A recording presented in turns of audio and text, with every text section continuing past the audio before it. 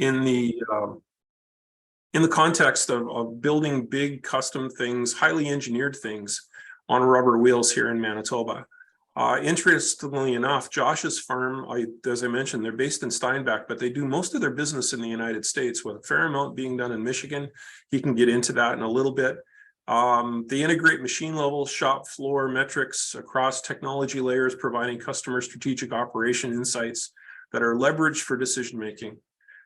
They are a startup, but despite that, they are provincially, federally, and now internationally recognized for their work in advancing digital. Sorry, I lost my place there. Recognized for their work advancing digital adoption in manufacturing, most recently with Philips. So Josh is operations leader with 25 years of experience, the last 17 dedicated within our enterprise technology and execution relations. Consulting as an owner advocate and part of Mode 40's executive sponsorship team. He brings experience delivering large-scale digital adoption and, like all of us, rapid work adjustments during the pandemic. Passionate about stakeholder engagement, he helps customers drive their digital initiatives. And Josh and I have been speaking a little bit about the intricacies of heavy vehicle and equipment manufacturing and just the confusion around how Industry 4.0 or digital manufacturing actually is going to apply and how it's going to work its way into the way that we do things. So with that, I would like to introduce Josh, who's there. And Josh, if you want to grab control, you go ahead. Josh is going to present for a bit, and then what we're going to do is have Q&A. You can use the chat feature or the Q&A feature within Zoom to submit your questions as the presentation goes on, and we will get to the questions as soon as Josh is finished. So with that, please meet Josh. Awesome. Thanks, Ron. Appreciate the introduction. Looks just confirming the handoff was successful. Or do you have visual on your end there? Yes, sir. All good. All good. Green for go. So appreciate everyone's time here, and we'll try and keep it a little bit entertaining at least. I will at the outset say I'm involved with a management consulting firm and a technology firm. I come at it from the overall technology adoption. We do have continuous improvement and industrial engineers and whatnot on staff, so I will happily return any questions I can answer off the cuff with some more technical answers. So, and just a little bit about, again, me there. I'm just not overly important, but he's certainly the daily taskmaster at home. That's my production manager, right? So basically, and just briefly about Mode 40, it's the founders were, they lived the pain of shop floor experience. They lived running manufacturing sites and how fractured some of the conversations are in manufacturing when it comes to operational technology improvement. So they found a lot of time was spent basically teaching their suppliers and their vendors when it came into introducing new technology and what they were trying to do. So they realized that they could actually do it themselves, right? They in-housed a ton of it. It took a lot of years. They had to build a lot of teams. They did that several times, and they realized, well, why don't we purpose-built a company for this? So that's combines the continuous improvement, the industrial engineering coaching and whatnot with the technology adoption and a change management component to it as well. So we look to do this by driving, again, the overall approach is driven from demonstrating measurable ROI from technology sprints. These are not monolithic project engagements. And the goal is to make an immediate impact on the shop floor by enabling customers and how to leverage essentially in Industry 4.0 and smart manufacturing, right? So how do you create meaningful data? How do you visualize the data from the shop floor? You layer in your continuous improvement, ongoing continuous improvement efforts, and leverage your data to make better decisions. So as kind of Ron said, and again, just thank you to the VTC for the opportunity here. We are a local, air quotes local, Steinbach and the surrounding area and Winnipeg. And the interesting note is yeah, we certainly the message that we're bringing is resonating at a certain extent. We want to see it come back into Canada and certainly back into Winnipeg. So appreciate the VTC and again, Ron, for just some of the airtime and the space to have this conversation. So what we'll try and get through today is just a little bit, as Ron's saying, a little bit about, in more or less other words, what is Industry 4.0. We're going to review just some of the general problems and opportunities. why, again, at a high level, why are we digitizing and promoting or continuing this conversation? As in regards to, Ron and I did have conversations, and there were questions in regarding to specifics around highly unbalanced and low volume industries, right? So some of this I'll try and bring it back into that specific kind of that containment cache, we'll say, the vertical cache. But a lot of this is still leveraging overall management consulting best practices, right? There's a technology component to this that will hopefully start to resonate through, that we can take some general industry learnings and apply some cross-purpose best practices, and then drive it into this particular vertical.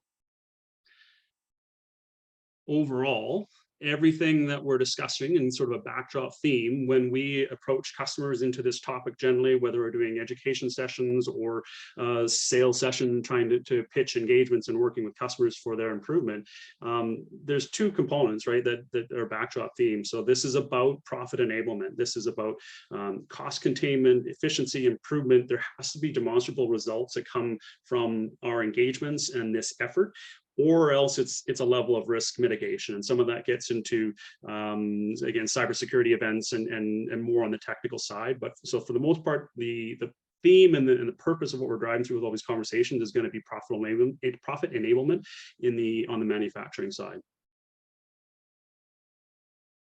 So like any worthwhile event in life, it's not without challenges. And all these, again, all these competing demands highlight what makes an already challenging journey for manufacturers even more difficult.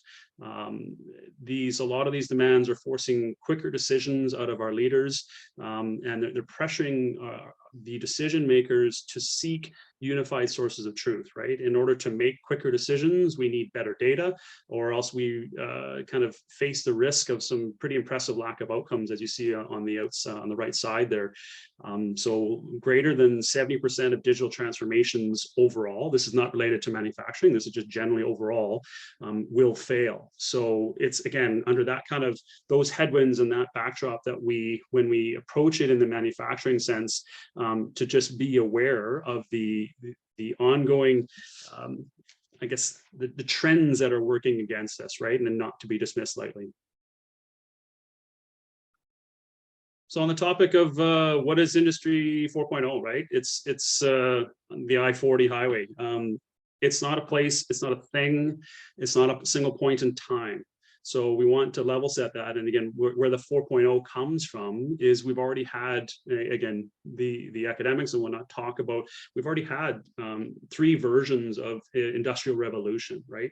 So when this term was coined, it was just recognizing that since about 2003, 2007, there's been fairly significant changes in the overall technology and how we can create these cyber physical systems. So cyber physical system is just, it's just the connection of our physical assets and their again, sensors and technology that you have in place, the ability to connect it all together and have it to be able to send data back and forth with each other.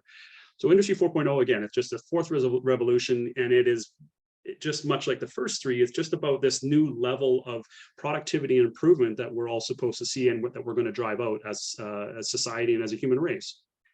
So as we're going along this I-40 highway, it's okay, and what we want to stress here is it's okay. We've never been here before, right? So we're in uncharted times and uncharted territory. We know directionally where we're going, but it's okay not to know what to do. It's only the people that have tried and failed certain activities that are learning and are now, air quotes, leaders in their industry, in their fields, right?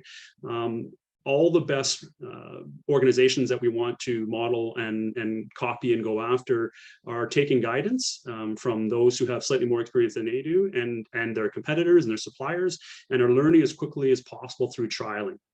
So never before have we had, I mentioned since 2003, 2007-ish, we start to see the advent again, social media, and now most recently you get 5G and cloud computing. These are all sort of macro level technology trends that essentially it means we've never had the capability for telemetry. We've never had the cheapness and the robustness at edge devices to generate and data. We've never had the capacity to send the data as cheaply and as quickly and as with as high a quality as we have from those sensors. We've never had the ability to store as much as we can generate and as cheaply as we can store it. And we've never had the ability to do sort of on the spot computation, analytics, analysis of all this. So it was always either you couldn't generate the data, you didn't have the ability to send it, you couldn't keep it, or else even if you had all that, you didn't have an ability to make sense of it and do anything with it, right? So again, this is all part of this newness of where we're at generally at a macroeconomic level. And if we go back to now, this shouldn't be new. This is the traditional operations automation model for about the last 30 years, right? So we talked about some of the newness, and then we're going to see how this applies and changes the sort of the pre-existing models and notions that we have of our automation pyramid within manufacturing. At Mode 40, we like to also layer in a bit of the wisdom, understanding, knowledge, information, data, and align it to this pyramid. So you can see just we're talking, when we consider a data flow or an information to wisdom type scale, these systems are not in isolation. Data is not being generated for no purpose in some cases within the business. We need to think about the flow all the way from a financial perspective, all the way down to an operational level. And again, Ron mentioned at the outset, is this a top-down or a bottom-up approach? The answer is it's both. And it has to be an integrated and a thoughtful approach to this from a technology perspective. So as we start to see, and again, these are some of many examples of modeling, right? So these are not ours. One on the left is an IBM 3-tier manufacturing model. You've got the Purdue model, and there's other modified Purdue models that are out there in the middle about computer integrated manufacturing. You've got the same models are being used from a cybersecurity perspective relevant to operations technology, right? So they're all recognizing this convergence of systems and of technology and of business functions, frankly, within the organization. So the age, much like IT has lived through a level of reorganization within the IT side, where no longer could they have a storage specialist that didn't know anything about networking and a networking specialist who knew nothing about applications.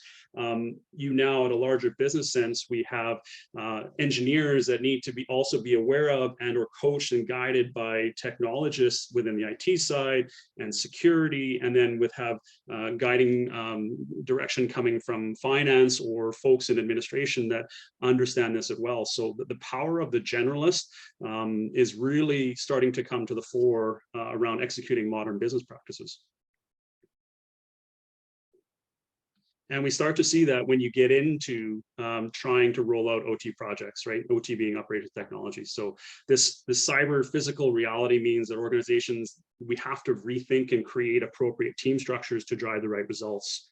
So too often these engagements are led with insufficient appreciation of stakeholders that need to be involved. They're driven from technologists, and this isn't a knock on any one category, but it's driven from a heavily technologist focus without proper enough understanding of the implications on the shop floor. Conversely, it's driven from the shop floor with little to no understanding of what it means from a cybersecurity perspective or an infrastructure performance perspective to the IT teams, or some combination of just lack of understanding and perspective from the other business units, right? We can see that, again, it's involving hardware devices, and it's involving, in some cases, custom software development and writing, physical plant and engineering and wiring elements that come into this, and as we talk about cybersecurity. Some of the other piece to this as well too is, in again, a bit of a Hansai fashion, if we're honest with this, I'm just referencing one model put forward by Microsoft in this case. It's relevant to their Azure platform and AI, because AI is just a sort of a buzzword that's out there. I'll preface this with, I do acknowledge that there's very few actual artificial intelligence projects in the world. Intelligence is the key word there. More or less everything is machine learning, right? So when you look within as how Microsoft, with their one of the arguably, even with Chat GPT now and whatnot, one of the leaders in AI, they still consider AI as not showing up or really landing into true business in transformation until sort of a second horizon, if not a third horizon within their window of planning, right? So even as they wish and want people to move and adopt their organizations into, and this includes manufacturing, right, into newer technology, their focus very much is on data integration of existing systems and app modernization and process modernization within the, and based on taking stock of what's going on today with your within your existing environment, right? This is not, so in trying to define what this is, what Industry 4.0 is, and it is not necessarily robotics. Too often robotics, again, there's a lot of OEM messaging that comes through this in terms of trying to sell large, expensive capital equipment, which is great. And at times there is certainly a value and a place for that. What happens though is most organizations have not done enough due diligence into their own internal processes to be able to consume robotics. And we'll get to that in a little bit later. So this is not, when I'm talking automation, I'm not necessarily talking robotics. To use, again, just more people smarter than I, Gartner's analysis just around supply chain management, right, too. So trying to take lessons from other smart people in and around some of this transformation and change component of our overall technology business. The focus and the first steps are around efficiency and visibility, and then driving into data decision-making and optimization. So there's no real, that's very low level automation. That's very, it's very real, tangible effort that can be done. And that's all serves as a baseline foundation for future innovation to come. So a bit of the, so why, if there's been investments in major robotics, or some of these solutions seem really expensive, like why are we all still chasing this? So just some data points around some of the economics, and again, even these data points are stale by a few years now, but it serves the point nonetheless. So the reason why leadership and overall competitiveness is chasing this, this one comes from both Accenture and McKinsey as well, is, I mean, the global projections for the impact of IoT overall is in the estimate of $11 trillion, right? Specific to the impact of industrial IoT on gross domestic product, there's improvements looking from anywhere from 10.6 to 14.2 trillion by 2030 in the next decade, right? So trillions are, the number of zeros here is significant on a global scale. So we'll start to drive that down into what it means in manufacturing, eventually into Canada. Again, borrowed from McKinsey. And so when we start to see basically now not 2030, but 2025, IoT impact into factories of 1.2 trillion to 3.7 trillion. And then you see the application of this into different segments of operations optimization, of predictive maintenance, of inventory optimization, health and safety. The numbers are too big, and the competitive pressures will be, everyone is chasing, again, the holy grail of this transformation, right? These digital transformation, this Industry 4.0, smart manufacturing holy grail. And it's borne out, and I think we'd like to include this when we do these discussions. It's borne out in where people, the successful proponents and transformers, where they're spending. What we highlight here is, again, another McKinsey report, is very little spending on the right. So there's much fanfare, there's much hype, and again, a lot of it can be warranted, but the emphasis on spend and the emphasis on outcome is not necessarily on heavy augmented reality, heavy the additive manufacturing and whatnot, everything that we see advertised today. And I'm not knocking that. Those will be exciting, very important realms that we need to get into. However, the practical reality, and perhaps some of you out there have made investments already and you've lived this, is the companies that take the most successful approaches to this, we'll call it rather a digital transformation, we'll call it a digital evolution, will be in the first steps first, right? So it's about leveraging, taking in and creating data lakes and leveraging their existing performance data. It is about creating access through web applications and whatnot to the right user at any time, anywhere on the right device, right? These are sort of the meat and potatoes of technology innovation. Again, not as sexy, but it's all in terms of an outcome, it's actually much carries much greater impact. And so I'll preface it again. I mean, it wasn't clear at the start. So we're a consulting firm. We get in, we do not sell a specific product. We work with technology, and we have conversations with workers such as yourselves in terms of, okay, what do you hear, right? What are some of the challenges, right? And obviously there's many skilled manufacturers in Manitoba. We're known for it. We produce a lot of things very well, and even on a global stage. But even then, there's still pieces of information and gaps in what the experts say and how to bring it into the real world.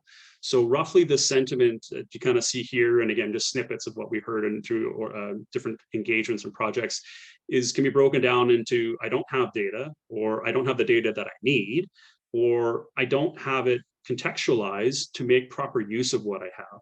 It's too much or not enough, or I don't know what it means. It's a signal noise challenge to say, how are we going to use this to actually impact manufacturing? So we've talked a lot about all sorts of big dramatic change and big numbers. And so we want to try and bring it back now into something that hopefully a lot of us know and are familiar with, right, in terms of manufacturing process.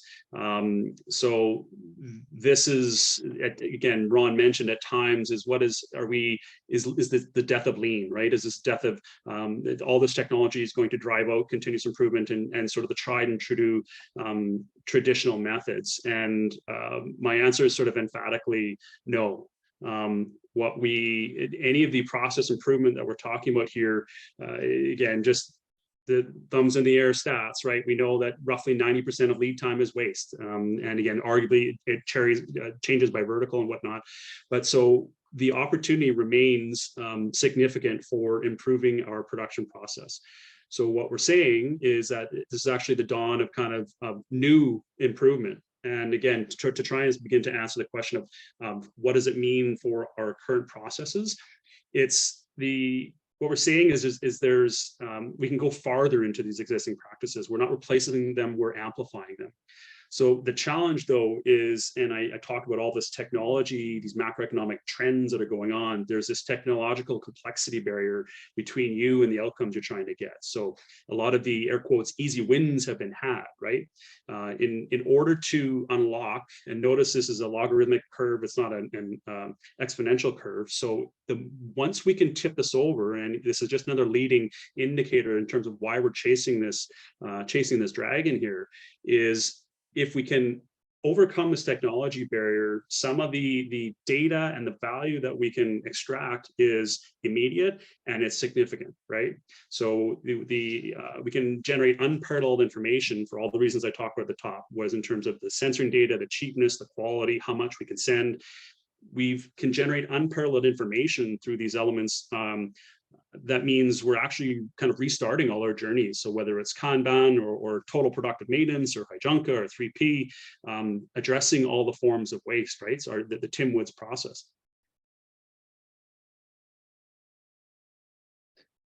So if we can, and this is by Deloitte now, so if we can overcome the technology barrier, the economic imperative backs up the research into investing in this adoption of digital workflow and process automation across manufacturing sectors. So there's lots here, lots of areas from quality to performance to, again, lean time, maintenance.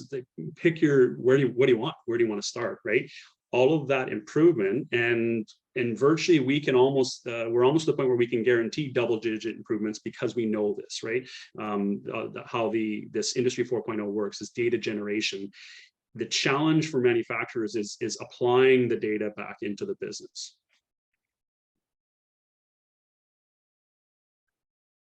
So this is where it starts to get the elements of the challenge come into it, right? So the barrier we just talked about is it's represented in just a small part here as the gap, and we're highlighting just some of the technological components involved, right? This is very complex, this point in time that we're at. We talk about the economic pressures that are driving typically siloed areas of expertise into each other, right? So this is the OT, the shop floor technology folks, and the IT folks that traditionally do not talk and did not talk. In fact, the whole concept there was do not have them talk. They should never talk. That is now going by the wayside with smart manufacturing, which represents the convergence of all these highly technical domains. So whether you put a professor in amongst other professors or lawyers or doctors or engineers and IT folks, you get people at the pinnacle of their domains who are the subject matter experts. It can be recipe for, I'll just say, interesting conversation. So this convergence and this friction and struggle within organizations cannot be dismissed lightly. And it's far too often we see it as misunderstandings, right, between the two domain areas, or competition, or getting in the way of process improvement end of day. So I reiterate, there's significant organizational change that needs to be considered when trying to take on modernization. So all of this is also its weight to adding to the message of be careful in going too far too fast.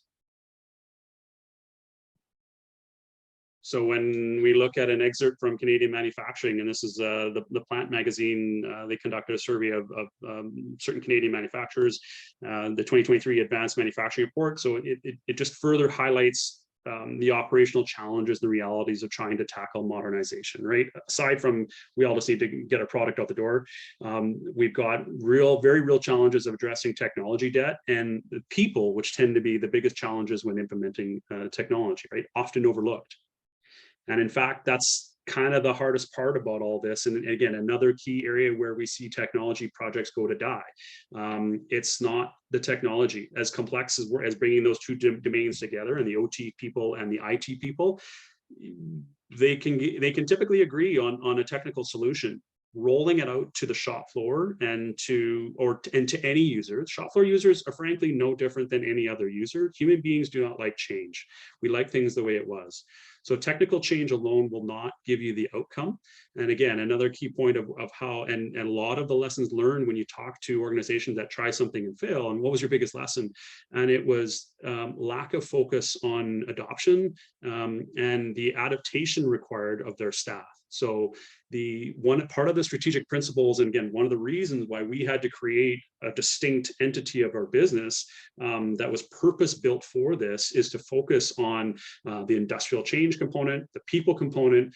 So industrial change being process, the people component being, again, just general change management best practices, and then the technological component that comes with this too. So Industry 4.0, again, the mission of it is, in a nutshell, it's pretty simple, right? We don't need to overcomplicate this. A lot of the comments are with just get the right information to the right user at the right time so they can make the right decision.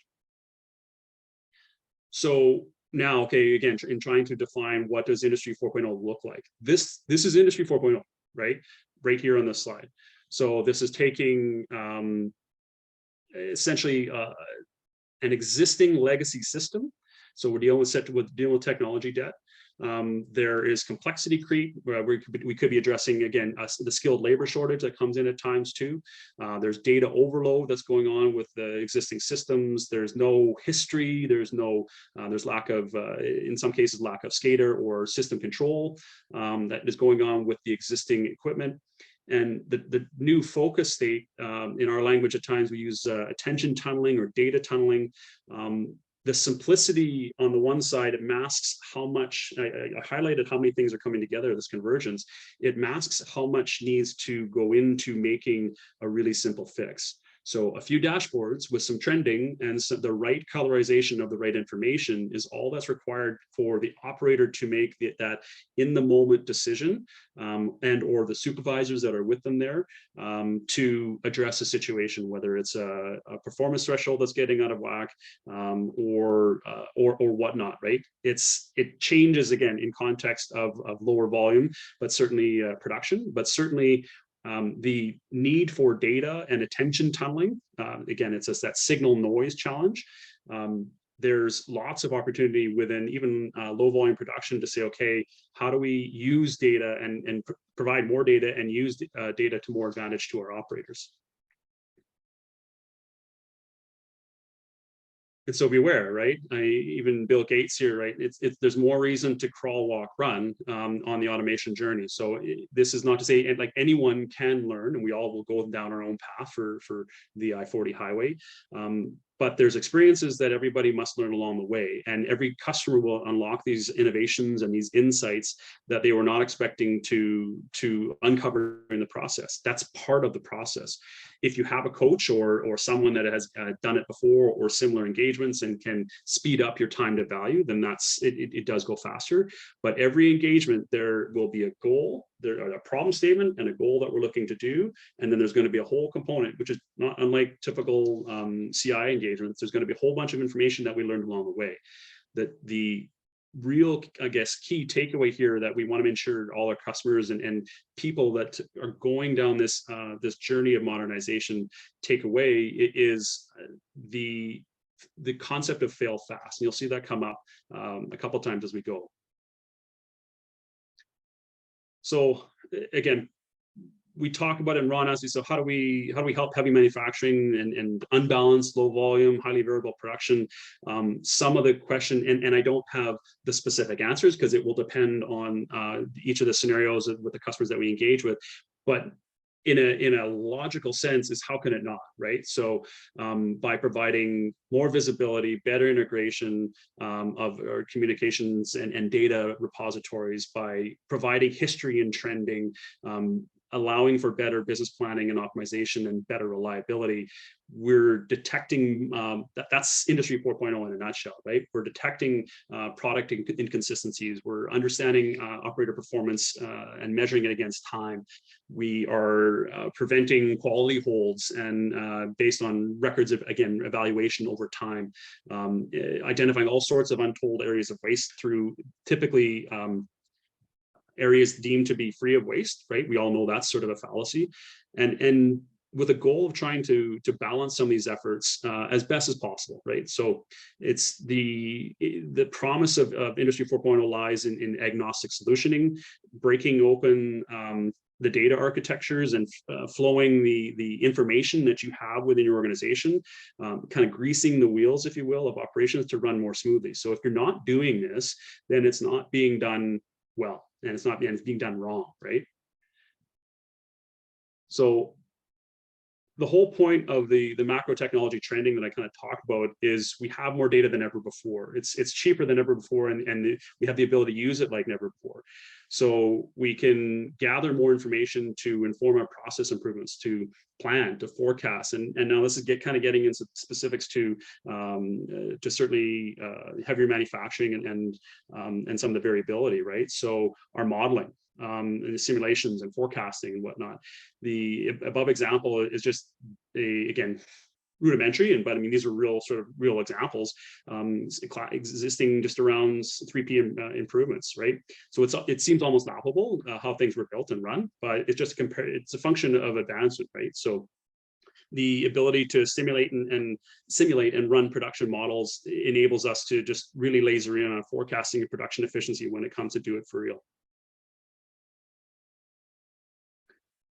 Again, it's related to simplistic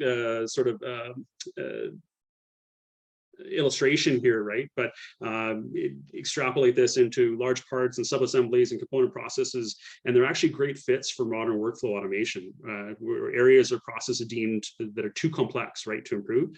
So just really simplistic here, use of auto ID bins with some RFID tracking to generate an alert, and even then the next step was then to even submit work orders to reduce operations time that was spent not producing, right? So this forms a key detail that allows continuous improvement practitioners to drive really deep into some of their TAC programs. So has anyone considered and followed a part through the ordering process as example? And again, some have, and maybe not all the parts, but even in the example pictured, we just conducted a work study. And again, we're blending the industrial engineering and the componentry with technology here now, right? So this simplistic order fulfillment process thought to take seconds or minutes, it actually took 30 minutes, right? And so once it was analyzed and involved multiple people. So there are hidden wastes that you can't see today, but become apparent once you start taking apart the work processes. And you look at the process automation. So you're adding basic telemetry, you're applying basic work study and seeing relatively instant results in the process.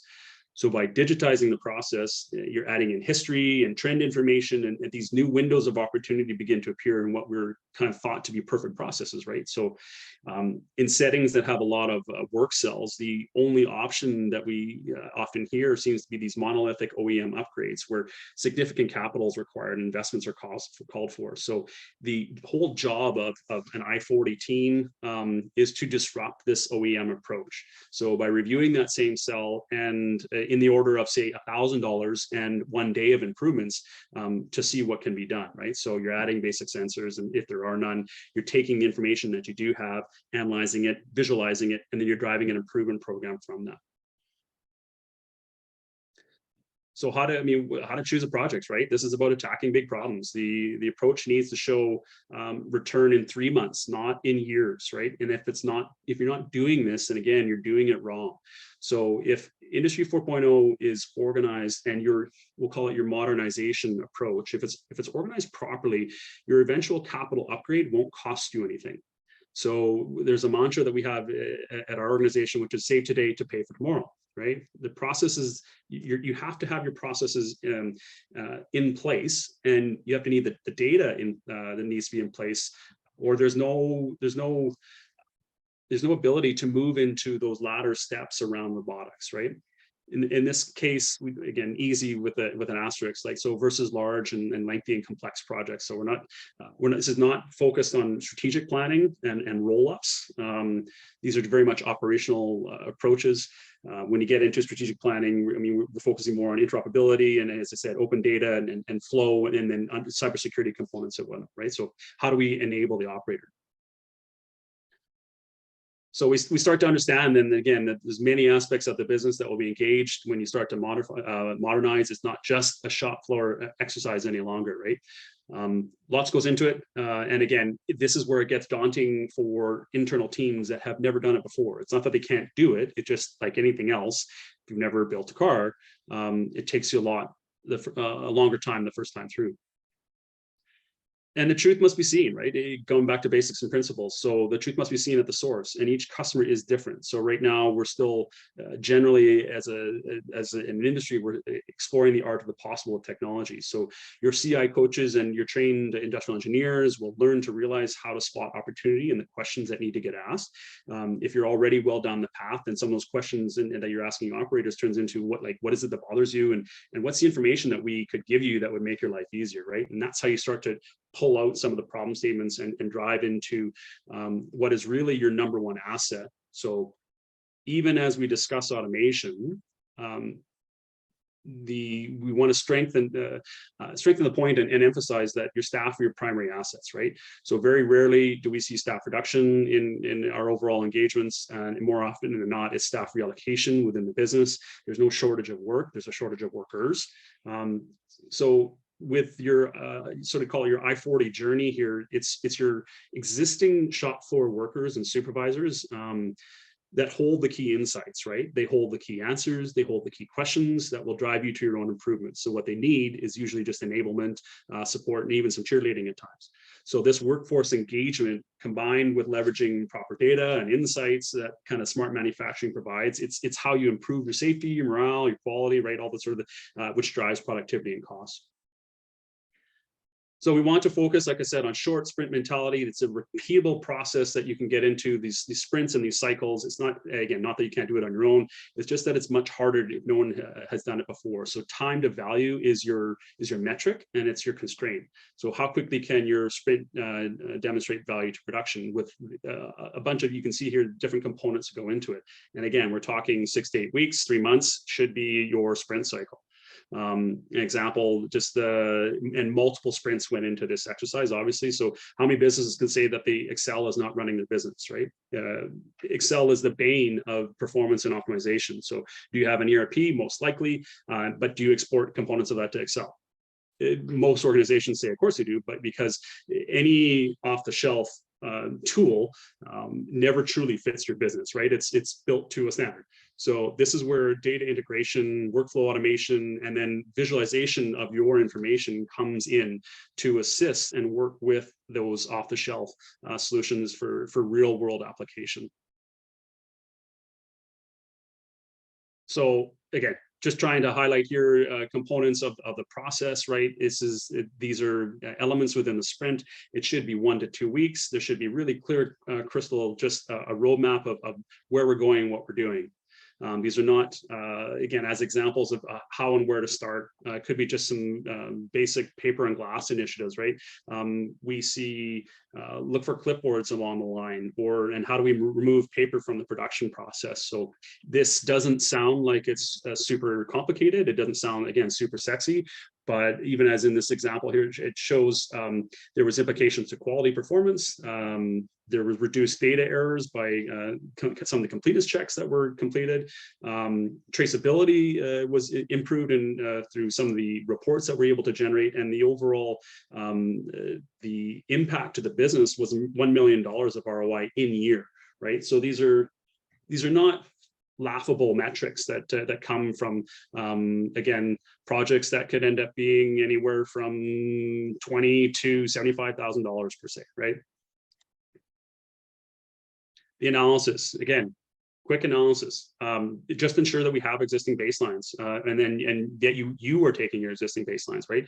What is it we're measuring against? What's our improvement? And this will come back again. We see it a little bit later, right? But certainly starting to plan this and understand what it is we need to look like when we get out of this. Examples here again from the analysis perspective is the problem was involved a stocking of an inventory lines, right? Stocking inventory 2 lines, and then as well some of the takeaway of finished product.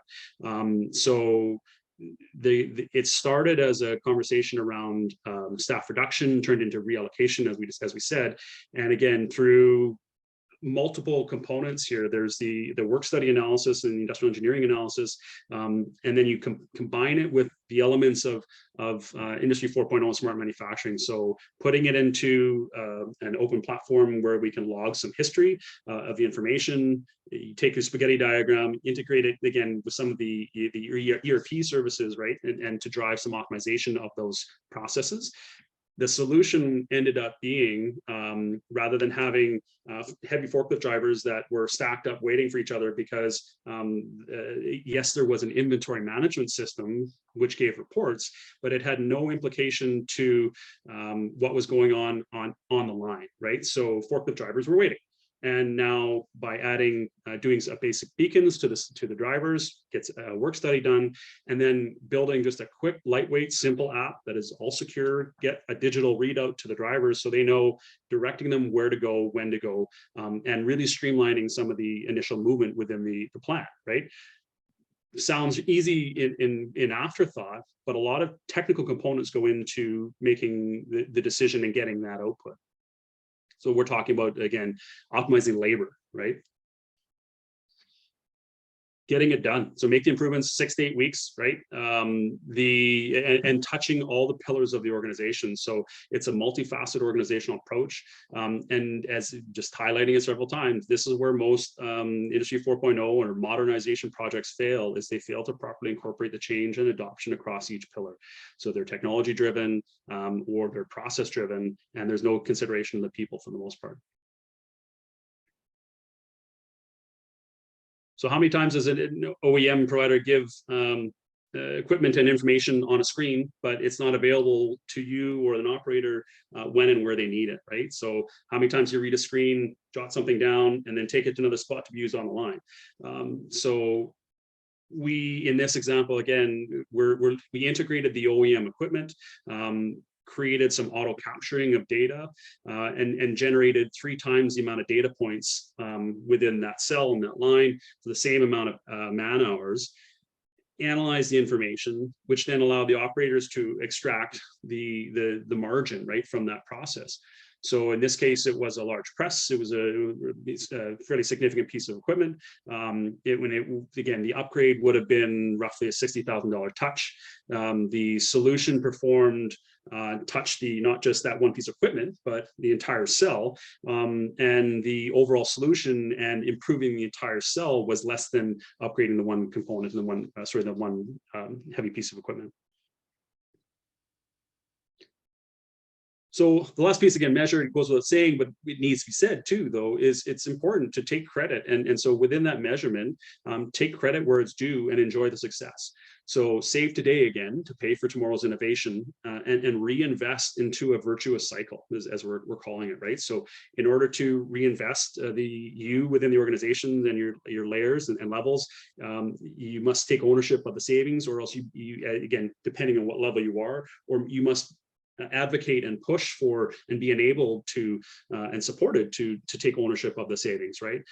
How you pay for $60,000, $100,000, $200 million pieces of equipment is by demonstrating in 3 weeks chunks or 3-month chunks that you've saved $20,000 here, $60,000 here, $250,000 here. Guess what? Now our capital investment is paid for, right? So this is just back to applying continuous improvement and lean fundamentals. Adding in for just further examples, right? So from on technology, we're looking at just coming up what's next. These are all become opportunities and trying to drive just areas of thought where how you take workforce studies, apply levels of integration services, some data visualization, some general tracking to help execute overall performance on a line. Likewise, then you start to get into, if you have achieved some of this already, if you have existing performance systems and measuring systems for could be quality management or operating efficiency or statistical process controls or whatnot, you start to then, the journey is to start to integrate those systems, your plant management systems, into MES layers or SCADA layers, and then eventually into ERP systems, right? So this is that continuous flow I was talking about in terms of what is the impact of going faster to the bottom line, right? To quality, to performance. How does that downtime, and are we able to understand the impact of downtime and uptime at a granular level for certain areas within our process? So back to low volume variable production, a lot of times downtime, uptime, there's sneaky waste, right? It's again just part of the variability within the process, that unless there is accurate machine level data that is providing you the information, you'll just never see. It may be observationally, you may be able to see it, but you'll never see it in a macro sense. Moving along again into benefiting predictive maintenance, right? So now you're starting to where can we go with these types of engagements? So we're using basic telemetry, we're getting some historization, we're just tracking some history of performance history of parts.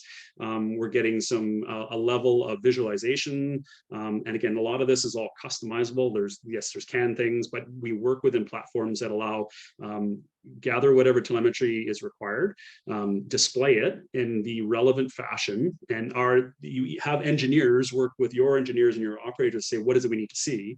And then now you start to generate even the capability within your existing parts within your supply chain management to say, okay, we're actually noticing that these machining parts, it's running hot, right? We know we're going to have based on your specs, we're going to be having a downtime issue coming up. So pre-order us a part And this literally is what took place at one example. So engaging the vendor ahead of part failure, right? All sorts of, and now we have the environmental and sustainability goals as well too. Really exciting and interesting areas to push into your use of collecting data, visualizing the data from different systems. In this case, Industry 4.0 doesn't care where the data is coming from. It shouldn't, right? So it's all telemetry. It's all temperature sensors or weighers or scales or something. The different systems can be integrated and coordinated with, assuming they're all sort of relatively modern systems, or else and there's API calls that are made between systems. And you're layering in components of control functions. So we're down this path of, and kind of as we go to the next slide here, we're down this path of true automation, right? Lights out facilities to say, okay, not only do we have telemetry, not only do we have visualization, we have operators that have reviewed the spec and the trending.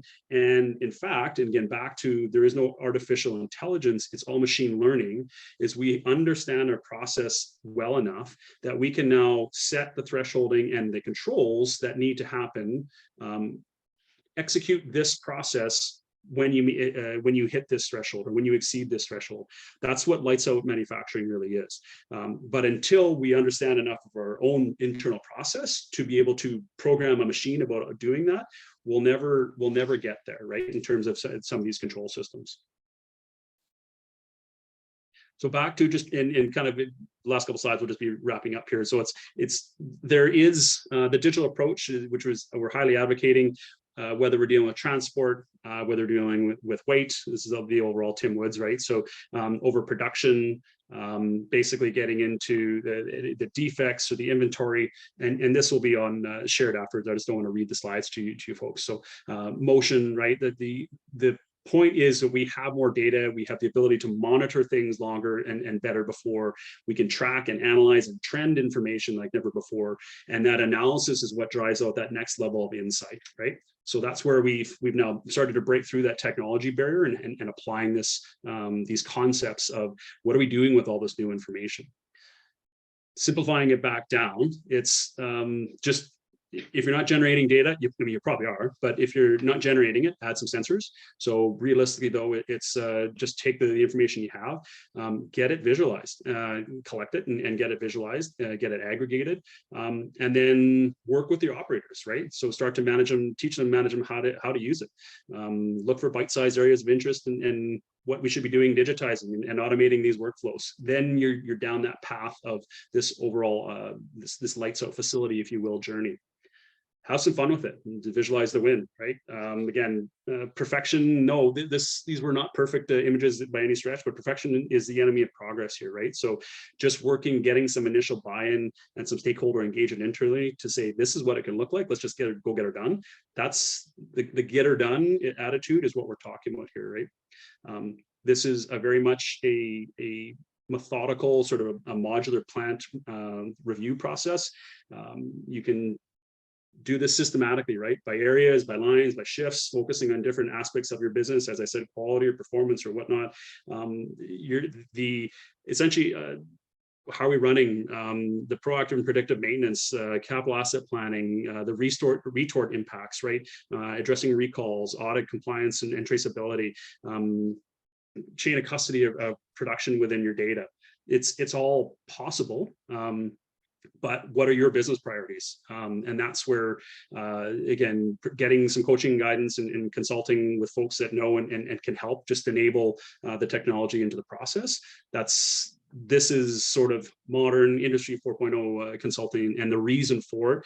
And again, how we see it and would apply it into heavier construction and lower volumes. The variability of information, the planning of information, the granularity of data is what's going to save you through your process. Thanks for your time. Really appreciate the opportunity to have the discussion, and hopefully there was one or two things that were of value and interesting there. Well, thanks so much, Josh. That was really interesting. I think I have a new definition of digital manufacturing, or Industry 4.0. It's using digital tools to collect the right data, to generate the right information, to get it to the right person to make the right decisions. Right? Wish I could have said that. Yeah, exactly. Yeah. Yeah. And if a salesperson comes in your door and says that, okay, Industry 4.0, you need to buy this, you need to buy this, you need to buy that, you should show them the door pretty quick. And just ask them, okay, and then, but how do I do this, right? Invariably, there's going to be, they have a product, and again, there's a time and place for capital investment and improvement, right? But I just think that a lot of organizations either jumped into that too early, or there's a lot of foundational work that can be done to pay for those improvements. And the concern then is, once you get into an OEM ecosystem, is it just a closed system that, yes, only their equipment will only talk to their reporting tools, will only integrate into their ERP module for you, or is there an open data flow there? So that becomes some of the architecture and the data consideration conversations you want to have with those vendors. Yeah, it almost sounds like the capital decisions are going to fall out of the things that you need to do in order to analyze the data and provide the right people the right decisions. It's not the first thing you do, it will be a result of. That's the ideal dream scenario, right? And again, once you have a couple of customers you work with, and yeah, the light bulb goes on. They see that, being like, well, hold on a sec, we can actually use it to drive our capital investment, not have the constraints of our capital investment drive everything else we need to do within the factory, right? So it does kind of tip some of that thinking and that planning on its head. It's just that the consulting is still new in as far as the industry is concerned. So you need to earn our chops, right? And overall, the industry needs to approach businesses and leadership to say, okay, well, like you and I are chatting, everybody's from Missouri, so show me. And it's like, all right, well, give me 3 months and we'll show what an ROI looks like. And then you earn the right to have those capital conversations, right? Yeah, no, that's great. And, based on that too, and you've kind of answered this a little bit, I had a question I'm going to ask from two different perspectives. Okay. I am middle management, shop floor management kind of thing. I see the value of going down the road to I-40. But I need to convince those above me and around me that this is the right thing to do. What's my first step? And then the second question I would ask that is identical is, I am in senior management and I see the value of doing this because I'm not getting the right information at the right time to be able to make the right decisions. What's my first step as senior management in order to take my first foray into Industry 4.0? Sure.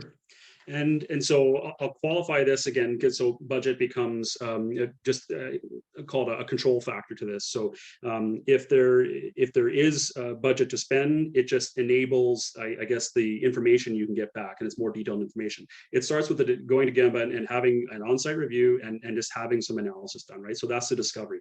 This does not have to be super expensive. Again, it could be free. It's just a matter of doing a one-day quick run through and a sort of a flyby. Just means that the quality of the information, maybe it provides just less guidance.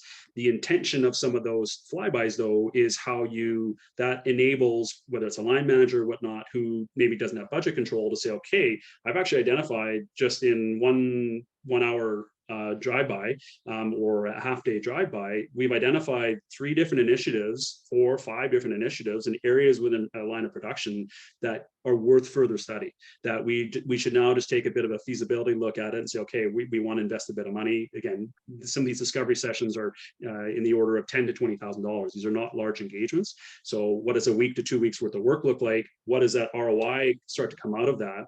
And then likewise from the top down, assumption being there should be a level of awareness and understanding there's an investment required.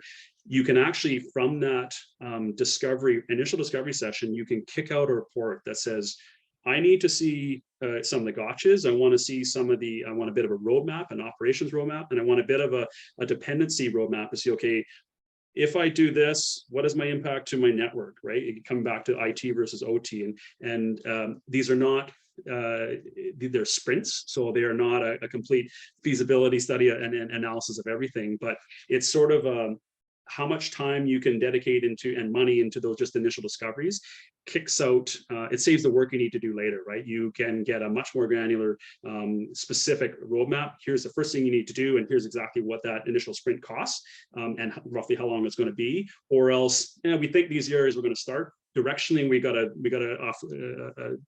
way we want to go, and now we're off and running, right? So sort of two ways to do it. One is, again, no budget, quick and dirty, and the other one's still in a rapid fashion, but just a bit more of a structured approach to it. Yeah, and I would imagine, your first foray into this is pick a pain point, right? And solve that pain point and use that as a win to get to your next win, to get to your next win. And then perhaps if you're in middle management and production, it will start some conversations in the corporate suite about, okay, maybe we ought to come up with a strategy here to be able to leverage some of the great things that are going on in the shop. And then it will drive from the bottom down and the top up at the same time. They're interdependent, but they're not codependent, right? So that you don't have to wait to have one or the other done. And again, this is where perfection is the enemy of progress. You can still get in, demonstrate work, directionally have the findings that you want. And the component to this is that the trial and error, right? So we think this is the problem, we want to focus on this, and then you get in, you start looking at it and being like, actually, it's a bit adjacent to it. So we thought we were fixing this, but really the problem's over here. And that's where some of this trial and error, there are always side benefits, and there are always little additional gremlins that we find, but that's part of this process improvement, right? And again, why you don't want to take monolithic large projects, because then those problems just become exponentially larger. So get in, hone in on something that you think is a problem, find out what else is attached to it and how big the problem is. Just like if you think of opening a wall and you're doing a home renovation, and again, what's the wiring like? Is there asbestos in behind the wall or whatnot? You just don't know. So you're focusing on an area of interest, do some improvement efforts to it. Directionally, you're making progress, and then you recoup those savings as you go. Well, and I guess the question is what data are we already collecting? Are we using it? Are we analyzing it properly? And the chances are you've got some data there somewhere already that could be the base to be able to build on in order to get to where you need to go. The point is there's no stumbling block there, right? So and that's part of dealing with the technology debt. Even black box systems, there's ways either to put a lightweight, low cost sensor that's going to basically do the same thing, but it's going to give you free information, or there's some re-engineering due, and that's just kind of where some of the skill sets come in to say, okay, how do we get the information from some of those the basic sensors or those dumb systems? We just need to send it over to an aggregator so that we can start to work with it, right? We're visualizing it, and then we're combining it with inputs from these two cells over here, right? So one of the most interesting people I met at the digital manufacturing show last year in Hanover, what he had said that one of the cautions he had going into any kind of industry 4.0 initiative was make sure that you don't end up using this tool from this company in this area of your plant, and that tool from this company in that area of your plant, and this tool here, and this program to be able to get these two databases to work together. Because chances are what may happen is if you don't go at it with some kind of a logical approach, you could be burdening your IT department with supporting 18 or 20 different tools from 20 different vendors that all have to mesh and flow with the business system and the machine systems that you've got running right now. So that's one of the cautions he had. And you're spot on. There's two areas within the existing business that are very familiar with this. So your maintenance staff are going to, because they understand the physical lift and required for every piece of equipment that's going in there. And every time there's a new system, what that means to them and their days and their shift and their upskilling and whatnot and as well as, the CIO and the CIO's team. Because so that debt there that you can accrue. And that's where, again, like a lot of this approach, at no point am I talking products anywhere, right? This is essentially product agnostic, and we want to show and demonstrate how working with whatever products and solutions that are there, and it's in a lot of cases breaking down some of these technology barriers to create open data flow and open processes that allows for, okay, you need to swap out a piece of equipment. Well, again, it's easier on the IT side than the capital side, certainly, but you have that flexibility through these programs to say, okay, we're not beholden to a large piece of capital equipment. We've actually earned the right through multiple years now in continuous savings. We've got paid for investment that's pent up. So if we want to make a change to a different manufacturer that is easier to work with within the rest of our data ecosystem, again, that's an extreme example, but all those things start to open up. So heeding that caution that he pointed out and then you highlighted there, yeah, we would echo that sentiment, right? Yeah, that's great. So one of the questions we have online, and if you do have questions, please feel free to use the Q&A feature here. What database structure is best to implement now in view of future requirements, SQL, Raven, etc.? Again, what is best, I think from our perspective doesn't really matter. We're working with most of them. So the developers are working heavy into JSON, Python are the two primary development languages. We're working across most database examples. SQL's heavy into SQL, but it gets into what is your ecosystem of your applications you're using, and then as well, what are your internal skill sets for some of your providers. So from our perspective, agnostic across a lot of the cloud providers, and they're going to, if you are leveraging cloud, kind of where you're putting these databases, there's going to be a technical conversation you get into, but we would say, again, that's a focusing on the widget as opposed to focusing on the outcome. And we would say, let's pull back from that speeds and feeds conversation, and it becomes relevant. What are we trying to get done? And then we can put that where it needs to go. And that's part of the addressing the technology debt, what's already in place, what can be new, and where can you go with it. Yeah, and it sounds like that echoes the capital discussion that we had earlier about let the path to solving the problem determine what the right thing to do is, right? Try to avoid putting, again, they seem like constraints. So let's just remove as many constraints as we can and get the true path. And if there may be realistic constraints, and that's part of addressing technology debt. That's part of addressing in-house skill sets and whatnot. If you don't have anybody that knows SQL, although I mean, that's probably a bad example, but why would you push to drive and now you've got an engineer trying to learn SQL? Sure. They're just weak example of trying to, that doesn't have to be a major constraint in the solution path. There's ways to overcome that.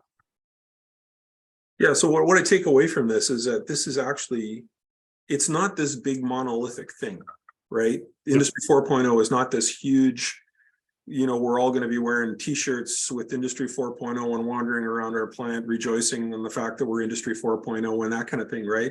It's this thing that starts as a seed and it grows. Right. You solve your first problem using digital technologies and sensing and gathering data and analyzing it properly to get the right information to the right people at the right time. And then once you get that done, you move on to the next one, and you move on to the next one, you move on to the next one. And before you know it, you've got this, it's ingrained in you that, okay, I have a problem. Okay, let's do some measurements. Let's figure out what's going on. Let's analyze those and let's figure out the best path forward. And let's look at the tools we have. Let's look at the tools that are available. This is how I think we're going to solve it. We have a big party when we've solved it, and then we move on to the next one. Is that 100% correct? And yeah, and it's a lot of this is just it's relearning or adjusting the questions we need to ask, right? In terms of and because we have new tools, so the old methods for how we used to solve some of these problems, they're improved now. But we're not necessarily we're not trained and informed, and we're not aware in some cases of the capabilities with some of these tools to say, okay, well, actually, you don't want that. You just need this one piece of information. If you had this little trend line that said red is bad and green is good, that's all you want. Yes. Okay, cool. I'll get you a light, and we'll put a sensor there, and we'll build a light. And yeah, now you've got I mean, it literally can be that simple in some cases, right? We get, sometimes we over-engineer some of these solutions, but again, that journey doesn't have to be complex. It is a lot smaller than what we're thinking of. And that's the whole point, in fact, right? Is to make these quick, make them cheap, but highly effective and highly productive. Oh, that's fantastic. That's, you certainly opened my eyes when it comes to exactly what Industry 4.0 is and what it isn't. That's been fantastic. So I don't see any other questions coming through. So with that, I think we're going to end a little early and get people 15 minutes back in their day. And Josh, I want to thank you for for presenting today. If any of you have any questions for Josh, his contact information is available on that last slide that he had there. If you want to, do you want to just share your screen there just for a couple of minutes and show your contact info? You bet. Yep. And then there we go. Yep. Awesome. So, hey, appreciate your time today, and really looking forward to, with this new mindset, we're taking a group over to the Hanover Digital Manufacturing Show in April.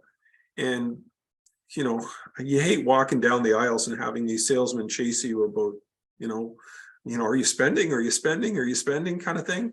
Whereas the way that you've explained it is just absolutely perfect. It's a process. It's a new bunch of tools that we can use to understand problems better so that we can solve them better and ingrain that solution and then move on to the next thing. That's fantastic. Thank you very much.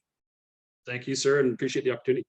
All right. Thank you. And everybody have a great day. And we will, VTC will be in touch soon. We'll talk later. Bye-bye.